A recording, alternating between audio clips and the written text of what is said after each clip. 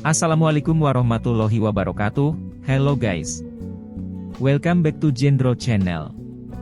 Tetaplah kalian stay tune di channel ini ya guys, karena kali ini kita akan bahas tentang wacana batasi jabatan wakil rakyat atau anggota DPR. Pembatasan atau batasan jabatan untuk wakil rakyat atau anggota Dewan Perwakilan Rakyat, DPR, dapat bervariasi tergantung pada sistem politik dan hukum yang berlaku di suatu negara.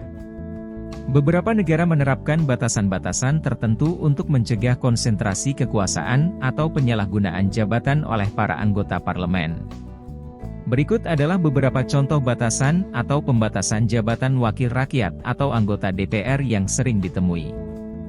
Batas maksimal masa jabatan, suatu negara dapat menetapkan batas maksimal masa jabatan untuk anggota DPR. Misalnya, anggota DPR hanya dapat menjabat selama 2 atau 3 periode berturut-turut sebelum harus mundur dari jabatannya. Dengan demikian, batasan ini dapat mencegah terlalu lama berkuasanya seorang anggota parlemen dan memberi kesempatan bagi orang lain untuk terlibat dalam politik. Batasan usia, beberapa negara mungkin memiliki batasan usia untuk menjadi anggota DPR, dan batasan ini juga bisa berlaku untuk masa jabatan. Contohnya, anggota DPR harus berusia minimal 25 tahun dan tidak boleh melebihi usia tertentu, misalnya 70 tahun, untuk menjadi calon atau menjabat.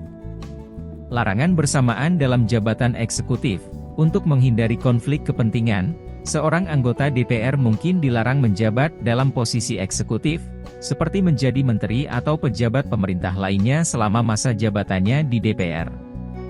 Pembatasan aktivitas bisnis, beberapa negara dapat mengatur pembatasan terhadap anggota DPR untuk terlibat dalam bisnis atau kegiatan bisnis tertentu selama masa jabatan mereka.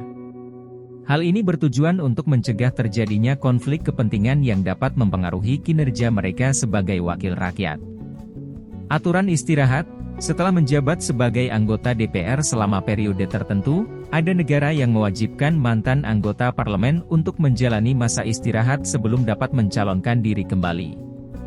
Perlu dicatat bahwa tiap negara memiliki sistem politik yang berbeda, sehingga batasan jabatan untuk wakil rakyat atau anggota DPR dapat sangat bervariasi. Selain itu, setiap batasan ini juga harus didasarkan pada konsensus dan diputuskan dalam proses legislasi atau perubahan konstitusi yang sesuai dengan mekanisme hukum yang berlaku di negara tersebut. Demikian guys, pembahasan kita tentang wacana batasi jabatan wakil rakyat. Kita tunggu saja bagaimana kelanjutannya nanti. Jangan lupa like, subscribe dan tekan tombol loncengnya agar kalian mendapat notifikasi video terkini dari Jendro Channel. Terima kasih, sampai jumpa.